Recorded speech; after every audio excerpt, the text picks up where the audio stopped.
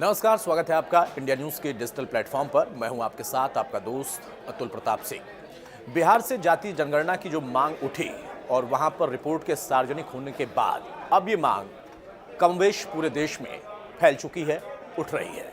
हरियाणा भी इससे अछूता नहीं है।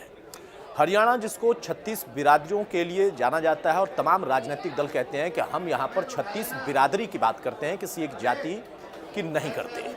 लेकिन अब कांग्रेस पार्टी ने इस मांग को हरियाणा में भी उठाया। कांग्रेस पहले से इस मांग को उठा रही है, लेकिन अब उनका साथ देने के लिए, इस मांग में साथ देने के लिए आ गई है इनेलो। इनेलो की तरफ से भी कहा गया है कि जातीय जनगणना होनी चाहिए। अब दोनों की इस मांग को आप समझिए। दोनों कहते हैं कि असल में हमारी मंशा है कि एक लंबे समय से जातीय जनगणना नहीं हुई और जो वर्ग अलग अलग हैं, जिसमें खास तौर से जो ओबीसी वर्ग है, उसके बारे में कोई सही एकदम सटीक डेटा हमारे पास नहीं है, जिससे उस वर्ग को सरकार की योजनाएं, सरकार के जो अलग अलग प्लेटफॉर्म्स हैं उसमें उनकी सहभागिता, उनका प्रतिनिधित्व या फिर रोजगार के हिसाब से भी उनका रोल बहुत कम है। या फिर कह सकते हैं कि उनका तर्क यह है कि उस वर्ग को हमने कहीं छोड़ के रखा है। बीजेपी से, सरकार से हमलावर होकर कांग्रेस पार्टी और इनेलो इस सवाल को पूछ भी रहे हैं कि उनका रुख क्या है। हालांकि बीजेपी ने तर्क दिया कि ये केंद्र सरकार का मामला है, बिहार ने करा लिया, राज्यवार तमाम लोग कराने की कवायद करेंगे, ये सिर्फ उनका चुनावी शिगुफा है। चुनाव में जीत के लिए उन्होंने जातियों में बांटने का एक नया एजेंडा सेट किया है या करने की कोशिश कर रहे हैं। बीजेपी ये तर्क दे रही कि असल में इसमें अगर कोई दखल दे सकता है या किसी का अधिकार क्षेत्र है तो वो है केंद्र सरकार। केंद्र इस पर स्टैंड ले, केंद्र अपने हिसाब से इन तमाम सवालों का जवाब तलाशे और सभी दलों को एक साथ मिलाकर उनसे बातचीत करके एक सर्वदलीय बैठक बुलाकर इस पर एक आम सहमति बनाए और जातीय जनगणना में जाए। लेकिन अब इसमें जब राजनीति आती है, राजनीति के प्रवेश करते ही तमाम दलों की मंशाओं पर सवाल खड़ा होता है। अगर इनेलो ये मांग उठा रही है या कांग्रेस हरियाणा में मांग उठा रही है, तो ये दोनों ही पार्टियां कहती हैं कि हम 36 बिरादरी की बात करते हैं। बात जब बीजेपी की तरफ आती है तो वो कहते हैं कि हम हरियाणवी की बात करते हैं, हरियाणा एक, हरियाणवी एक।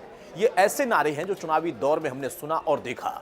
और फिर उस वर्ग की तरफ आप जब देखेंगे तो वो आपको ऐसे निहारता है, ये सोचते हुए निहारता है कि हमारे नाम पर इस देश में न जाने कितनी बार नई नई पार्टियों का गठन हुआ, हमने उनको चुनकर उन नेताओं का कद बड़ा करके उनको तमाम राज्यों में प्रतिनिधित्व भी दिलाया, सिंहासन तक भी पहुंचाया, लेकिन उस पार्टी के अंदर ही हमें कोई प्रतिनिधित्व नहीं मिल पाया राजनीतिक तौर पर। और जिस बात का तर्क दिया जाता है कि असल में जब गणना हो जाएगी, सटीक आंकड़े आपके पास होंगे, तो फिर उसके बाद उसका लाभ आपको मिलना तय है, क्योंकि सरकार के पास एक डेटा होगा।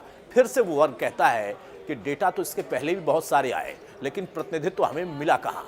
कुल मिलाकर लबोलुआब यह है कि जातीय जनगणना का एक मुद्दा फिर से उठा दिया गया और जातीय जनगणना के बीच में जहां बिहार की राजनीति इस वक्त शबाब पर है, वहीं हरियाणा आते आते ये मुद्दा और ज्यादा अब सुर्खियों में आएगा, क्योंकि चुनावी समर है, चुनावी साल है, हरियाणा का भी चुनाव, उसके पहले आम चुनाव, तो ये मुद्दा भी यहाँ पर उठता दिखेगा। अब इसकी काट बीजेपी क्या निकालेगी, क्योंकि बीजेपी की तरफ से भी विपक्ष ने जैसे इस मुद्दे को उठाया, बिहार से मुद्दा जब उठा, तो उसके बाद प्रधानमंत्री ने या फिर बीजेपी के तमाम नेताओं ने कहा कि हमारे लिए कोई जाति अलग नहीं है, हमारे लिए सिर्फ और सिर्फ एक ही जाति है, वो गरीब।